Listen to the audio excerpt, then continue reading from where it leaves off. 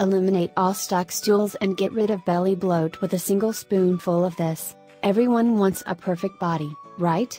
By perfect I mean thin legs, flat belly, arms without fat accumulation, etc. Well, you may think that this is hard to achieve without spending hours in the gym or undergoing expensive surgical treatments. However, there is an easier way to achieve that. This natural remedy will give you the body you've always dreamed of. You will need only 2 ingredients to prepare this natural remedy.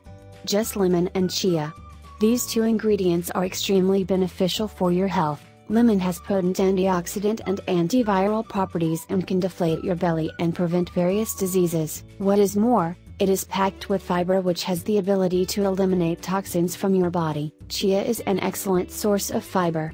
It also has strong antioxidant properties and can improve your overall health. So, find out more how to prepare this incredible remedy. Needed ingredients: a glass of water, a spoonful of chia seeds, 1 spoon lemon juice, a spoonful of honey. Directions: place the chia seeds in a glass of water and let them stand for 1 hour. Then, remove the seeds from the water and mix them with the other ingredients. Add the mixture in the blender and blend for a couple of seconds.